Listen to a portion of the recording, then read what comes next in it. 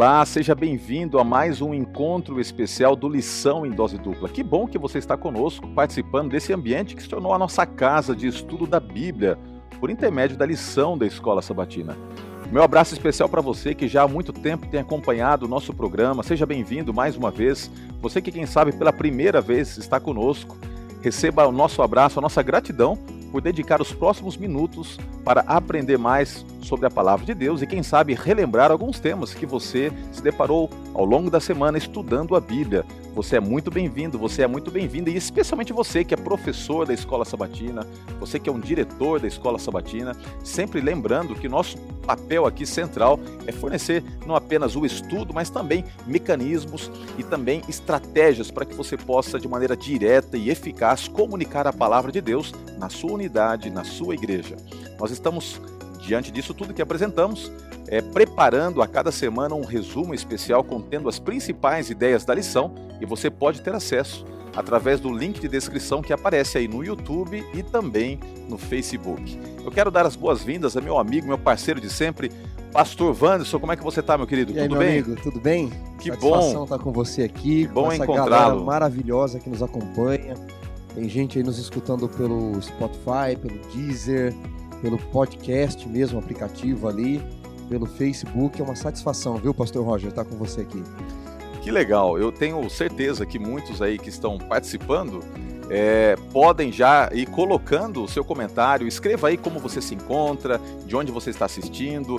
Também vai ser muito legal saber se você tem compartilhado as nossas transmissões. Se você não fez isso, compartilhe agora, nos ajude nesse sentido de alcançarmos mais pessoas, e alcançando essas pessoas não apenas para crescer por crescer o número da audiência, mas é um meio de nós compartilharmos o Evangelho e a Palavra de Deus. E num ambiente de tensão que há no mundo, nesta crise, entre Rússia, Ucrânia, a OTAN, e outros países, Estados Unidos, em que o mundo ele para tentar entender o que está acontecendo. Nós sabemos o que está acontecendo, nós caminhamos em passos largos na direção da volta de Cristo Jesus. Não queremos aqui cair no campo da especulação, mas algo de diferente está acontecendo, e isto nos faz lembrar do que Jesus disse: quando essas coisas estiverem acontecendo, levantai vossas cabeças, porque a vossa redenção se aproxima. Eu acredito que não é um momento para pânico, pastor? É um momento para a gente buscar ainda mais contato com Deus.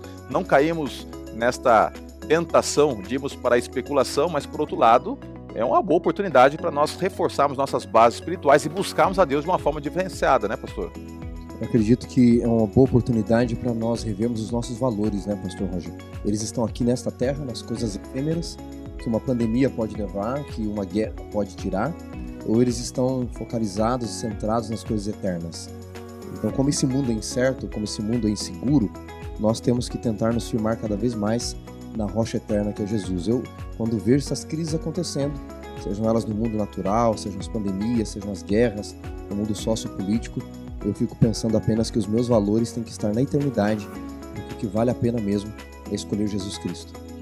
É verdade, a gente não sabe quando tudo ocorrerá, mas uma coisa nós temos como certo, é a certeza de que, se nós estivermos alicerçados e pautados nos princípios contidos neste livro, nós estamos seguros de que a nossa vida ela vai sempre ser dirigida da melhor forma possível, porque Deus está conosco. E falando em estudo da Palavra de Deus, chegou o momento de nós abrirmos a Bíblia, estudá-la, e eu quero pedir então, Pastor Wanderson, meu amigo, que você possa nos conduzir agora através da oração. Oremos. Senhor Deus e Pai, pedimos neste momento Tua presença com os amigos que nos assistem e nos ouvem. Alguns deles, quem sabe, ouvindo nos aplicativos, numa caminhada, outros assistindo em casa, se preparando talvez para apresentar a lição no sábado seguinte, mas nós queremos pedir que o Senhor seja o nosso professor e que, diante das inseguranças que este mundo traz, nós possamos lembrar da Tua palavra. No mundo vocês terão aflições, mas tenham bom ânimo, não desanimem. Eu venci o mundo. E possamos partilhar dessa vitória que encontramos no sacrifício perfeito do Senhor. Oramos por Jesus. Amém. Amém. Pastor Wanderson, deixa eu só fazer uma pequena correção, até peço desculpa aqui em corrigi-lo, mas eu quero apenas destacar para alguns amigos que têm cobrado sobre o nosso conteúdo sendo transmitido via Spotify, Deezer e outras formas aí que nós temos de podcasts, nós vamos retomar. Essa transição sempre demora ali, em termos de ajustes e tudo mais, mas nós estamos retomando para o final desse trimestre e para o próximo trimestre a vinculação do conteúdo que é transmitido pelo YouTube, pelo Facebook, também no podcast. Então, por hora nós estamos aí sem o podcast, mas logo, logo ele vai ser retomado, tá? Então, em breve estaremos de volta. Isso, Aguardem. isso. As tratativas já estão sendo feitas, tá? Em breve. E a lição que vem, o nosso guia vem com um tema fenomenal que é Sim. Gênesis, né? Eu aprecio demais o tema de Gênesis e nós vamos ser enriquecidos através desse estudo no próximo trimestre. Mas voltando aqui para o estudo de Hebreus, nesta lição 9 nós estamos falando sobre Jesus, que é o sacrifício perfeito. E é interessante que a lição ela vai construindo um crescente na análise de Cristo e a centralidade da salvação nele. Ele é o sacerdote superior, ele é o mediador superior, ele é aquele que nele estão contidas todas as promessas superiores. E agora nós vamos falar um pouquinho sobre o sacrifício perfeito que Cristo consolidou na cruz do Calvário. Quando a gente olha para a introdução da lição, a gente percebe que esta salvação que foi consolidada na cruz, a cruz da qual nós tanto nos orgulhamos, porque através dela nós obtemos a salvação, obtivemos a salvação, essa ferramenta de tortura nos primórdios do cristianismo, pastor Wanderson, não trazia nenhum tipo de orgulho, pelo contrário, a cruz era um instrumento de vergonha social. Tanto é que os cristãos eles demoraram para se identificar com a cruz, porque aquilo era algo vexatório, uma fé consolidada num símbolo que apontava para o que havia de mais cruel e para a escória da sociedade que era ali então colocada. E Cristo assume desta forma a vergonha humana. Eu acho que de maneira direta Deus está dizendo o seguinte, que o pior do homem que foi entregue na cruz, ele assume como sendo um instrumento de glória. Isso é algo incrível. E a lição vai mostrando que até no começo do cristianismo, naquilo que eles encontraram em documentos, em imagens e tudo mais, era algo que não trazia nenhum tipo de virtude. E antes de compartilhar a palavra, pastor, eu até gosto muito de uma imagem que foi achada algum tempo atrás em registros, né, arqueológicos, ou melhor, históricos, né, em que aparece ali o desenho de uma cruz, um burro crucificado com a expressão Alexander adora o seu Deus. E é interessante ao ver isso que a gente hoje tem uma concepção talvez diferente do que a cruz tem representado para aquelas pessoas que aderiram ao cristianismo primitivo. A cruz nem sempre foi, né, pastor Roger, o símbolo do cristianismo. Outro dia eu estava na minha cidade, faz um tempinho lá no interior, e as praças na frente das igrejas católicas, né, e eles têm o costume de passar e fazer o sinal da cruz. Não estou criticando nem nada, estou dizendo que eles fazem isso, né. Mas eu fiquei pensando, quantas pessoas que estão passando aqui e fazendo o sinal da cruz, elas de fato entendem o que simbolizou a cruz e o que ela simboliza hoje, não é? Mas a cruz, embora muitos façam o sinal da cruz, andem com crucifixos, nem sempre foi, amigos, o principal símbolo do cristianismo. Como o pastor Roger mencionou e o nosso guia bem traz, o primeiro símbolo do cristianismo que nós temos registro, pastor Roger, era o caminho. E Paulo fala, inclusive no seu discurso em Atos 22, eu persegui o caminho até a morte, porque os discípulos eram conhecidos como seguidores do caminho, por Jesus dizer, né, em João 14,6, eu sou o caminho, a verdade e a vida, ninguém vem ao Pai senão por mim. Depois, como o nosso guia atrás, nós tivemos a palma da vitória, tivemos o pavão como símbolo da ressurreição e outros símbolos, não é? Quando eu fiz parte do meu doutorado na Turquia, eu vi em vários lugares onde o cristianismo estava presente, às vezes em pedras, o símbolo do peixe. O peixe foi um grande símbolo do cristianismo.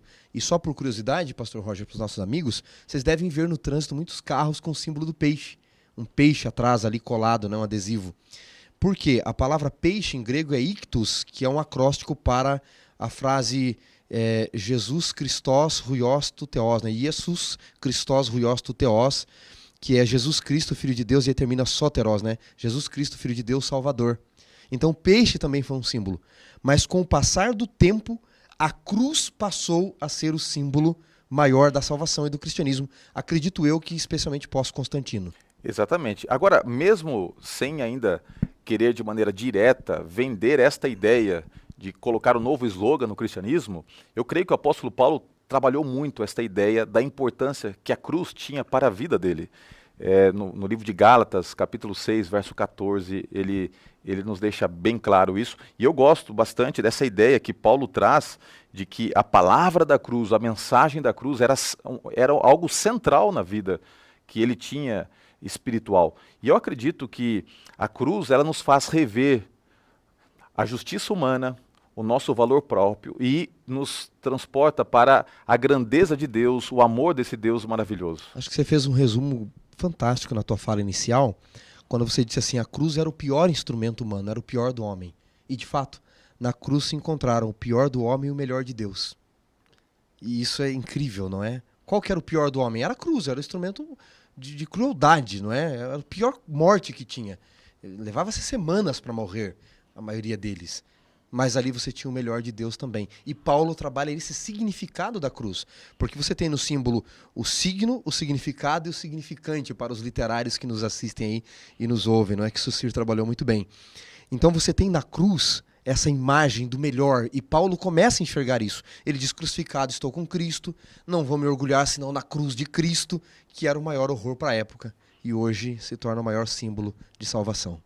Jesus poderia morrer de várias formas, e assim se entregar como sacrifício expiatório por nós. Ele poderia ser apedrejado, ele poderia ser decapitado, haveria várias formas, mas Deus conduz a história. É interessante você entender que Deus não assiste à história, Deus interfere, Deus direciona a história e coube e aprove a Deus determinar também que a morte seria por intermédio daquilo que o homem poderia entregar de pior.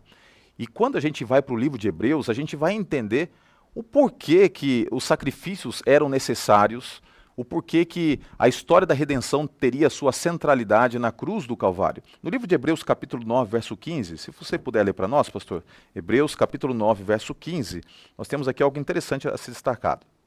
Hebreus 9, verso 15, diz aqui o texto sagrado, por isso mesmo, ele é mediador da nova aliança, a fim de que intervindo a morte para a remissão das transgressões que havia sobre a primeira aliança, recebam a promessa da eterna herança aqueles que têm sido chamados.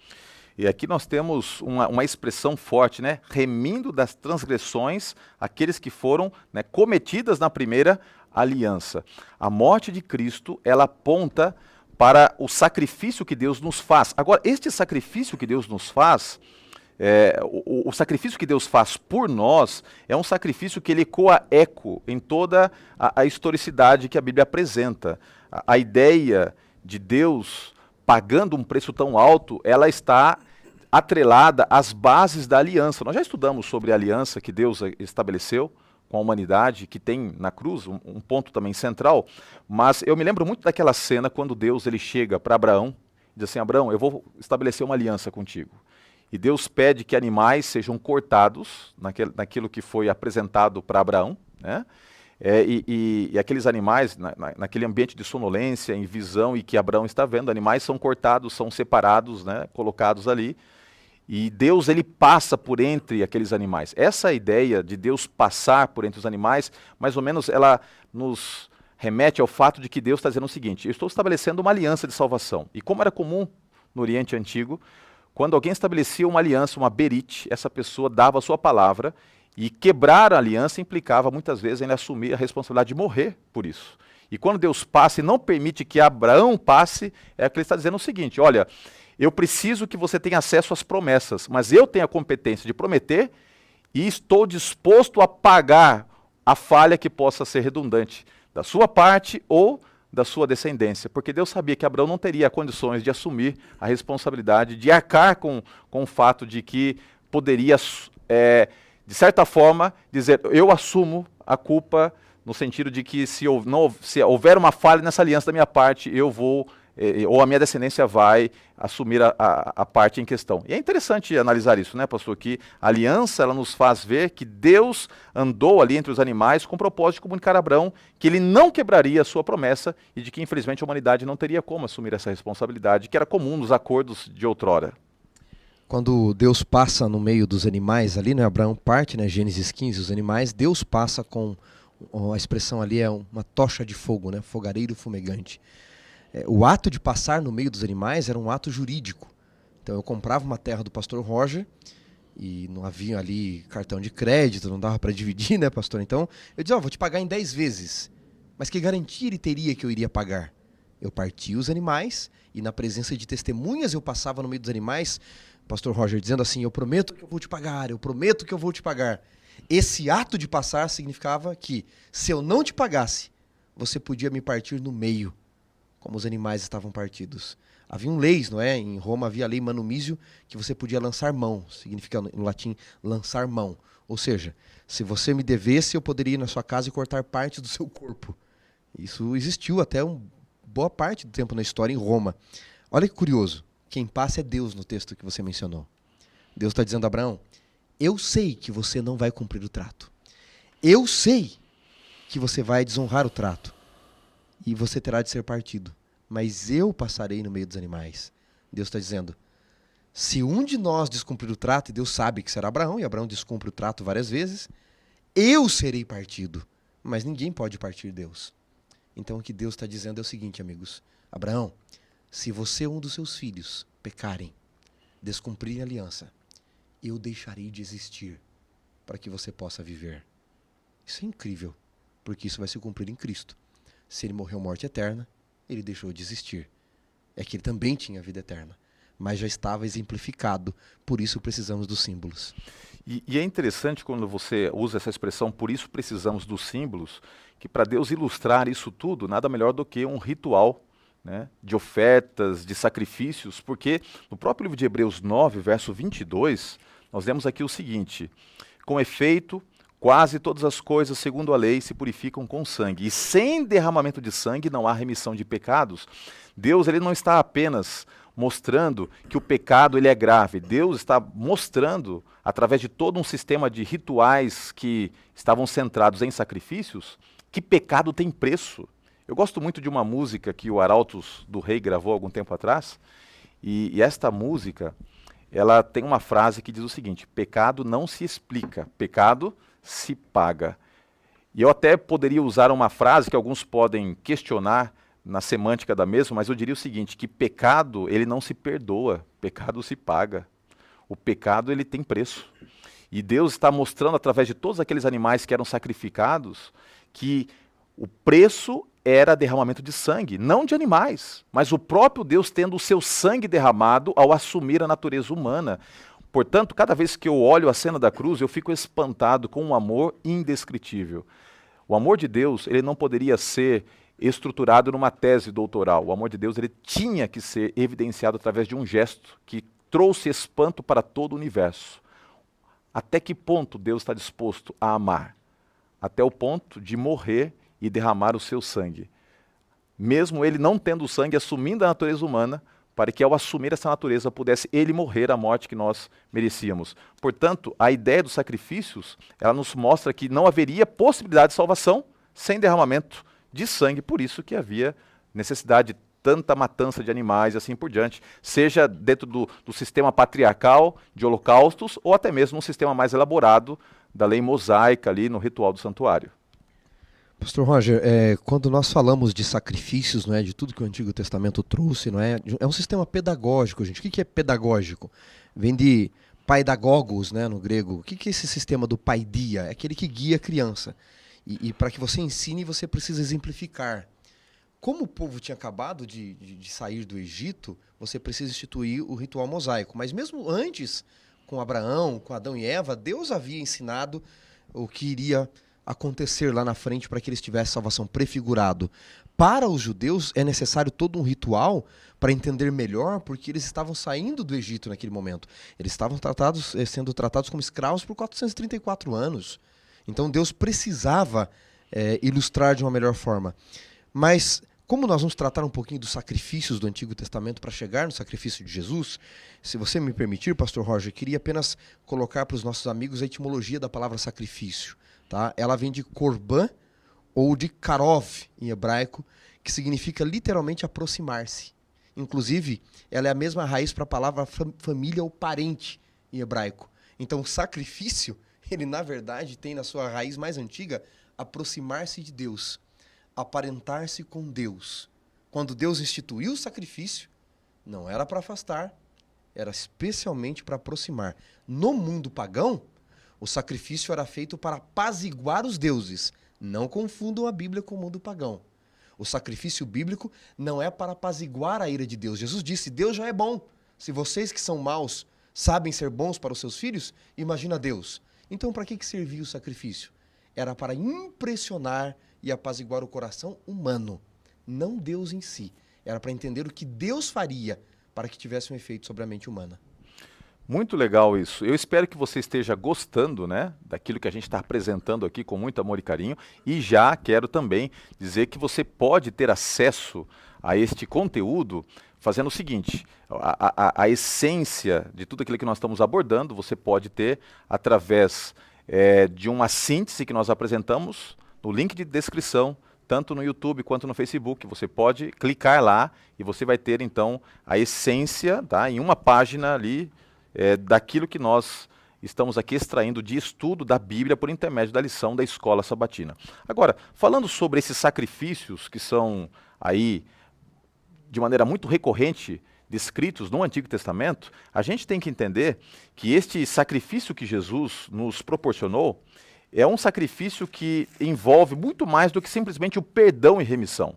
É um sacrifício que ele é tipificado de várias formas dentro de um ritual que foi estabelecido no santuário, e a junção destas formas vai nos apresentar a real ideia que Deus queria transmitir do que significaria o derramamento de sangue da parte do Filho de Deus na cruz do Calvário. No Antigo Testamento nós temos, por exemplo, o sacrifício chamado de holocausto. O holocausto nada mais era do que uma necessidade de se queimar a oferta até o fim. E esta queima, essa ação de consumir até o fim a oferta, mostrava que Deus se esvairia de si mesmo, né? Ele se abriria mão, né? Abriria a mão da sua divindade, iria se esvaziar de si mesmo e assumir a forma de servo. Representava Jesus tendo a sua vida consumida por nós. Ele entrega a sua divindade, assume a humanidade e permite que a sua humanidade seja consumida da maneira mais cruel possível para que a gente possa ter acesso à salvação. Então ela representa a vida de Jesus que foi consumida por nós. A oferta de cereais, ela tinha uma outra significância, né? Ela apontava para a gratidão da provisão divina para o sustento do povo. Assim como havia ali aquela celebração em que as ofertas, as pessoas acham que às vezes era só morte de animais, mas havia também ofertas que envolviam mantimentos. Então a oferta de cereais mostrava que Jesus era o pão da vida, e não por acaso, posteriormente ele diz assim, eu sou o pão da vida. Jesus não é apenas aquele que morre, mas é aquele que nos provê o sustento para todas as nossas necessidades. Nós temos também a oferta de sacrifício pacífico, que era uma oferta que acontecia numa forma de refeição com pessoas próximas, e naquele ambiente de confraternização comunitário, nós tínhamos uma figura que ilustrava, que representava Cristo, sendo aquele que morre para nos proporcionar a paz. Ele não apenas morre para resolver o problema do pecado, mas ele resolve também a questão relacional do pecado, tanto na sua tipologia vertical como horizontal. Resolve a relação do homem com Deus e a relação do homem consigo mesmo, né? Ou com o seu próximo. Por fim, nós temos a oferta pelo pecado. A oferta pelo pecado é aquela oferta mais comum que ocorria, inclusive, no constante sacrifício que era ofertado dentro da perspectiva diária, às 9 horas da manhã e também às 3 horas. A oferta pelo pecado, ela provia expiação, né? Expiação. O sangue ali derramado pelo animal apontava para uma vida que era colocada como substituição à morte que o homem merecia. Então o homem, por intermédio da morte, por intermédio da oferta do pecado, ele podia assumir a vida, tá? Agora, todos esses sacrifícios, eles nos mostram que a experiência da salvação envolve mais do que simplesmente o aceitar Jesus. Mas a experiência da salvação, ou todos esses sacrifícios ali, ilustravam a verdade de que eu preciso me alimentar dessa salvação e permitir que essa salvação produza efeitos. Porque senão eu vou simplesmente cair na tentação, pastor, se eu não entendo tudo que significa essa tipologia das múltiplas ofertas, assim, Jesus morreu por mim, ok, estou perdoado. Mas não, a salvação ela é operante, ela tem o poder de transformar. Tanto isso é válido, né, pastor, que você falou, que mesmo no Novo Testamento nós continuamos com símbolos. Alguns dizem assim, a lei cerimonial foi abolida, ela foi revestida, ela teve novas roupagens. Mas mesmo depois de aceitarmos o sacrifício de Cristo, nós temos o rito do batismo. Primeiro eu aceito Jesus. O batismo é consequência de eu aceitar Jesus, de eu amar Jesus. Eu tenho o rito do batismo, que ele representa algo também da minha morte e ressurreição para uma nova vida. Eu tenho, como haviam ali as ofertas de reparação, eu tenho a Santa Ceia na igreja. Eu tenho a cerimônia de apresentação de crianças, ou seja, nós continuamos com ritos para relembrar e participarmos de alguma forma nessa simbologia daquilo que ele fez. Quando Deus institui esses diversos tipos, 5 tipos de sacrifícios ali no Antigo Testamento, ele está impressionando o povo, ensinando o povo diariamente. Porque de maneira pedagógica, né? O ser humano tem uma tendência de se esquecer, né, pastor Roger? E o sacrifício, eu venho da roça, do interior, e embora eu nunca tenha assistido um sacrifício à lá Israel, eu vi muitas mortes de animais, não é? Abatendo alguns animais, bois, como criança, porcos, galinhas, frangos. É um negócio assim tremendo que te choca. Imagina a ovelha que não esperneia, que não grita. Então, imagina alguns tipos de sacrifício aqui, o que eles tinham que fazer, e como a sua mente era impressionada, a quantidade de sangue, tudo que acontecia. E vários desses sacrifícios aqui, o adorador participava de alguns se alimentando e outro sacerdote tinha partes. Que é aquilo que você falou, não só participar, eu tenho que me alimentar dele constantemente. Então, diariamente, o tamid, o sacrifício diário, eles eram lembrados daquilo que aconteceria para que nós pudéssemos viver. Eu gosto de uma expressão que a lição traz, que é a seguinte, que o ritual ali no santuário, nos sacrifícios, ensinava que eu não tenho apenas que experimentar a salvação, né? No sentido de aceitar Jesus. Tá? É mais do que isso, é permitir com que o meu interior se alimente de Cristo. E ao me alimentar de Cristo, ao viver essa experiência da salvação, eu vou possibilitar que o Espírito Santo trabalhe em mim as mudanças necessárias, inclusive, você mencionou aqui a oferta para reparação, ou oferta pela culpa, inclusive ela me coloca na responsabilidade de me conectar com o próximo e permitir que essa salvação repare as brechas que foram ali feitas ou surgiram pelo pecado. Então, o sacrifício de Cristo, ele não apenas me coloca numa relação nova com Deus, mas até mesmo me coloca na responsabilidade de restabelecer relacionamentos que foram quebrados pelo pecado, seja com o cônjuge, né? De repente estou falando de maneira bem prática, agora sendo do aspecto conceitual, indo para o aspecto prático, o que todo esse ritual me mostra é de que Jesus não apenas morreu por mim e que eu estou salvo, mas que essa salvação deve ser operante no sentido de eu permitir que eu, vivendo a salvação, possa mostrar para os outros o impacto da cruz.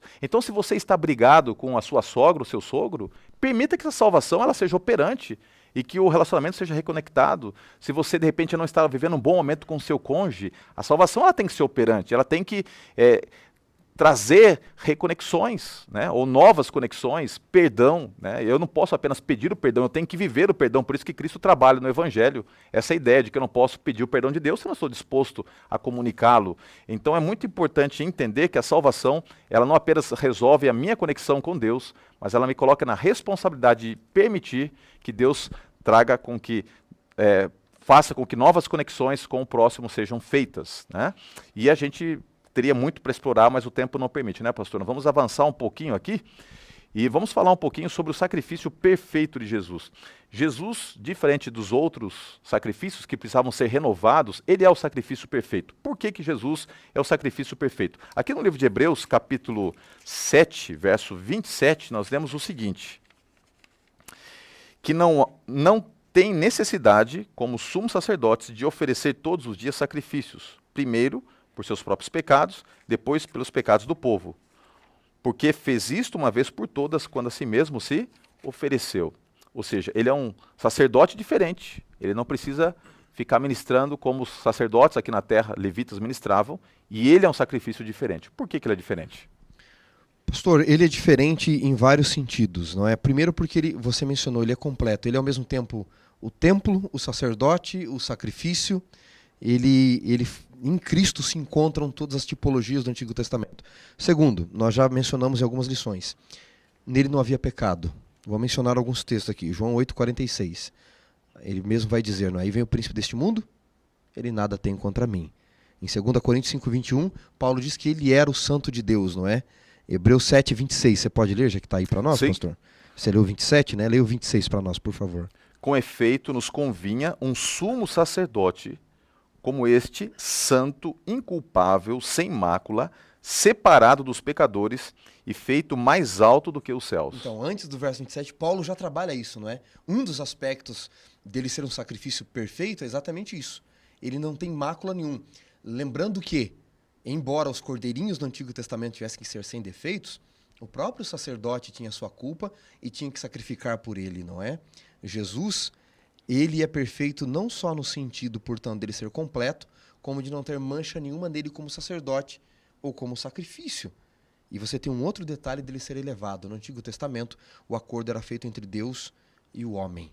Só que o homem sempre quebrava, tanto que, nós já estudamos sobre isso, as alianças tinham que ser renovadas, dando novos parâmetros, novos sentidos, não é? Você tem aliança com Abraão, você tem aliança de Noé, aliança davídica. Em Jesus, porque ele vai dizer, não é? Paulo repete isso em 1 Coríntios 11:25, que ele diz lá na ceia: este é o cálice da nova aliança no meu sangue. É uma aliança que já vem desde os tempos eternos, mas agora se cumpre nele. Por que ele, acima de tudo, é perfeito e elevado? Porque agora você não tem Deus e o homem cumprindo a outra parte. Você tem Deus e um Deus homem cumprindo a parte por nós. Você não tem falha do outro lado. E agora, nos méritos dele, que nós temos a perfeição que encontramos necessária para a salvação. Em Jesus, todas as tipologias do santuário se encontram. É por isso que ele é a nossa oferta pacífica, ele é a nossa oferta pelo pecado, ele nos, de certa forma, transmite a ideia de que ele pode ser a oferta pela culpa, porque assume nossa culpa, e agora nós temos a responsabilidade também, de igual forma como ele operou a reparação dos relacionamentos, agora assumir essa responsabilidade também, de usados por Deus, tocados pela sua salvação, repararmos relacionamentos. Ele é oferta de cereais, ele é oferta, né, de holocausto. Agora, todas as tipologias têm a sua junção em Cristo. Mas algo que me chama a atenção é que ele não apenas nos purifica do pecado por intermédio do seu sacrifício, mas ele nos coloca num caminho de santificação, de transformação. Assim, ele é, sim, o sacrifício perfeito. E é por isso que nós não precisamos mais sacrificar animais, porque o verdadeiro cordeiro entregou a sua vida. Não por acaso, João Batista, quando viu Jesus, ele diz o seguinte: eis o Cordeiro de Deus que tira o pecado do mundo. Ele reconhecia que o verdadeiro Cordeiro ali estava diante dele. E eu quero, de maneira muito direta, aqui dizer que Jesus, ele nos alimenta na nossa vida espiritual. Então ele não apenas propõe a salvação, que oferece o perdão, mas ele nos coloca num caminho de santificação, e este caminho também nos alimenta no sentido de promover crescimento e vida plena. Esse sacrifício é o único que pode dar vida. Os outros ilustravam, mas o sacrifício de Cristo, ele tem o poder de vivificar. A salvação, ela é uma moeda com duas faces. De um lado você tem a justificação, e do outro você tem a santificação, que são dois termos muito confusos para a maioria das pessoas. Mas eu exemplifico da seguinte forma, pastor Roger. Justificação é o que ele fez por nós, lá na cruz. Você não estava lá, você não pagou o preço, ele fez por você. Santificação é o que ele faz em nós, não o que nós fazemos por ele, mas o que ele faz em nós, para que o fruto seja correto de uma pessoa salva. Por isso que as boas obras não são para salvar, mas porque se está salvo. Então, justificação ele fez por você, e santificação ele fez em você. Alguém no passado disse algo muito interessante, não é?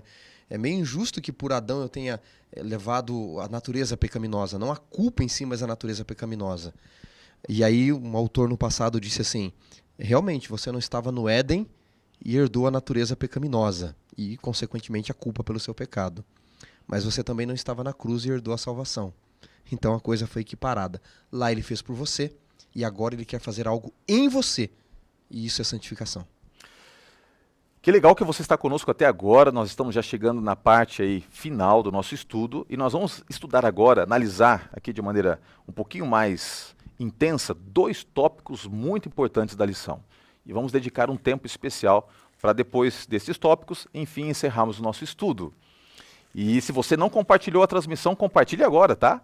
Você que é professor da Escola Sabatina, já compartilhou com os outros amigos aí que também são professores. Você que é diretor, já está compartilhando a nossa transmissão. Aproveite, porque tenho certeza que de alguma forma ela vai contribuir para o entendimento, a compreensão da temática central que nos é proposta do estudo semanal referente ao livro de Hebreus. Aqui nós vamos falar um pouquinho sobre a cruz e o custo do perdão.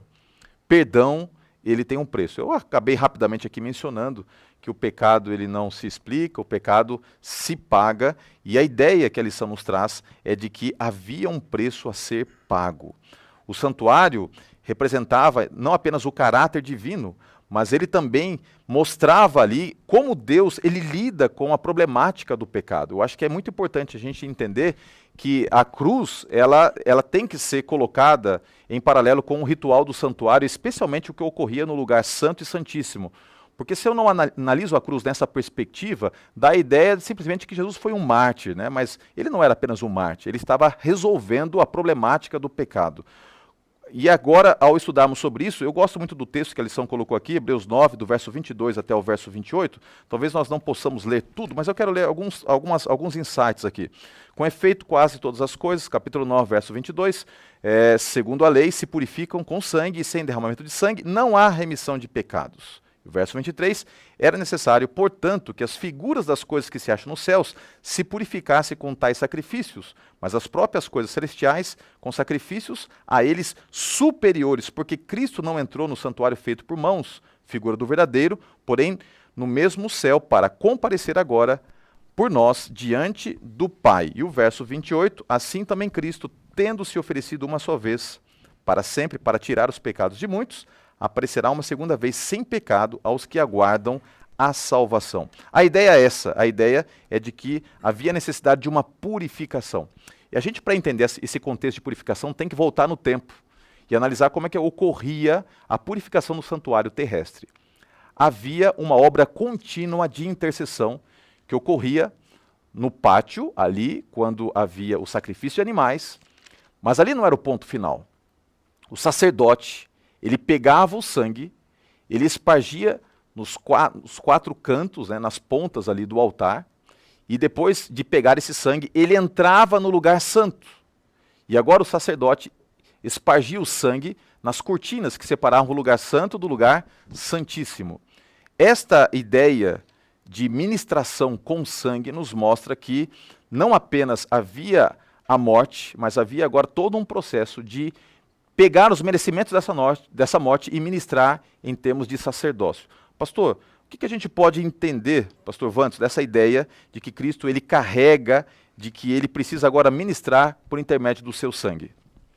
Pastor, no ritual do santuário nós encontramos toda a explicação, né? Veja, quem que era culpado pelo pecado? E tudo isso está em Levíticos capítulo 16. Todo o livro de Levíticos, não é?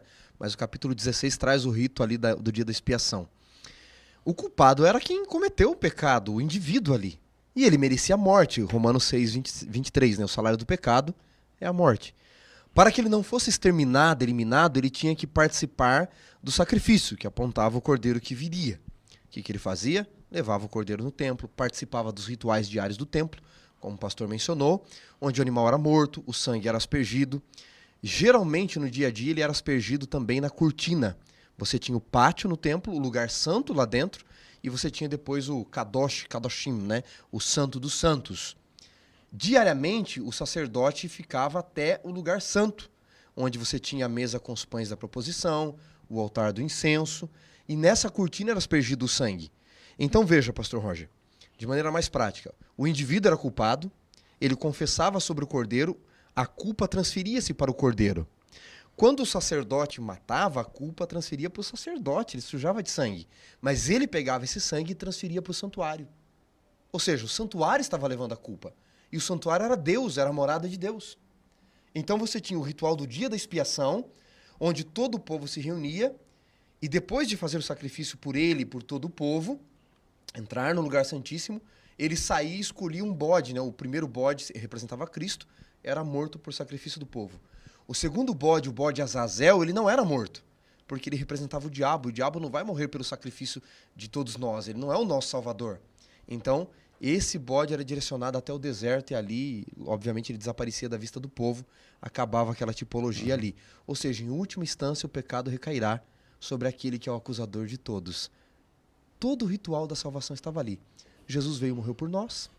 Ele se apresentou diante de Deus, Apocalipse 5. Daniel 8,14 diz que começa o dia da expiação para o povo de Deus. Ele está no lugar santíssimo intercedendo por nós, mas é como se o caráter de Deus fosse manchado. Ele está levando a culpa. E no final dos tempos, ele vai jogar a culpa sobre aquele que de fato merece e aqueles que não aceitaram perdão. Fantástico. Eu vou aqui mais ou menos ilustrar para que você possa ter uma ideia de todo o contexto, né, dessa teologia. Vamos supor que você é um professor e um aluno comete um delito, certo? Um delito que estava ali já claramente sendo estabelecido como um erro, ele assumiu esse delito, e agora você, como professor, decide desculpá-lo e dar uma nova chance para este aluno. No momento em que você assume a responsabilidade de desculpar ou de perdoar, você carrega agora a responsabilidade jurídica de assumir o erro, porque agora você tem que explanar o porquê você está perdoando. Então, não é simplesmente perdoar. Agora você tem que explicar para os demais alunos, talvez com o professor você vai ter que se reportar à direção, explicar por que você teve aquela atitude perdoadora. E eu gosto dessa frase da lição: o santuário representa o caráter e governo divino. Porque quando Deus ele decide perdoar, ele escolhe também carregar os nossos pecados. Ele assume a responsabilidade de agora dizer o seguinte: está comigo, eu resolvo isso. E isso é evidente no texto de Romanos, né? Paulo trabalha um assunto que poucos teólogos teriam coragem de trabalhar. Mas Paulo, inspirado por Deus em Romanos 3:21, posso ler, pastor? Pode. Ele traz essa questão que você falou, que a culpa recai para Deus já que ele está espiando, não é? Diz assim o capítulo 3, verso 21. Mas agora, sem lei, se manifestou a justiça de Deus testemunhada pela lei e pelos profetas. Justiça de Deus mediante a fé em Cristo Jesus para todos e sobre todos os que creem, porque não há distinção, pois todos pecaram e carecem da glória de Deus. E aí ele diz assim no verso 24, sendo justificados gratuitamente por sua graça, mediante a redenção que é em Cristo. Agora, olha o verso 25. A quem Deus, esse Cristo Jesus, é aquele a quem Deus propôs no seu sangue, como propiciação mediante a fé, para manifestar a sua justiça por ter Deus, na sua tolerância, deixado impunes os pecados anteriormente cometidos, tendo em vista a manifestação da sua justiça no tempo presente para ser ele justo e justificador. Sabe o que Paulo está dizendo aqui? Lá no Antigo Testamento, Deus estava sendo justificador, mas não estava sendo justo. E aqui gera uma polêmica, porque a pergunta do texto é: Deus deixa pecados impunes? Deus é Deus que deixa pecados impunes? Paulo diz, do ponto de vista da lei, no Antigo Testamento, sim. Porque a lei diz que o salário do pecado é a morte, morte eterna. E Deus não matou Adão eternamente.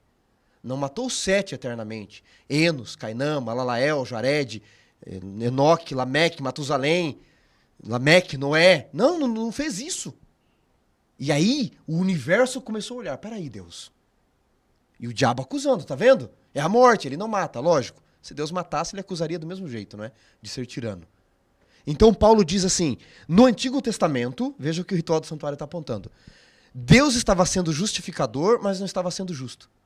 Porque além de não matar, pastor Roger, ele levou Enoque para o céu, ele levou Moisés, Judas fala disso, ele levou Elias para o céu.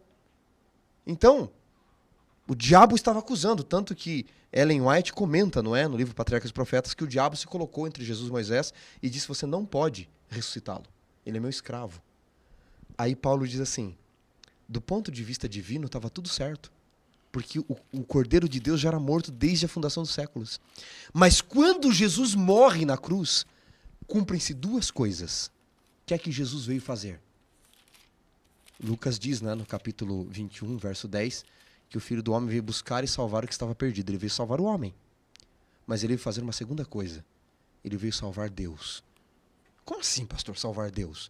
Ele veio vindicar o caráter de Deus.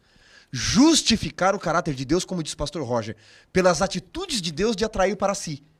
O exemplo do professor. Então, na cruz, ele não é só justificador. Ele é justo, porque ele pagou o preço. Está tudo cumprido. Esse texto de Romanos é muito profundo, né?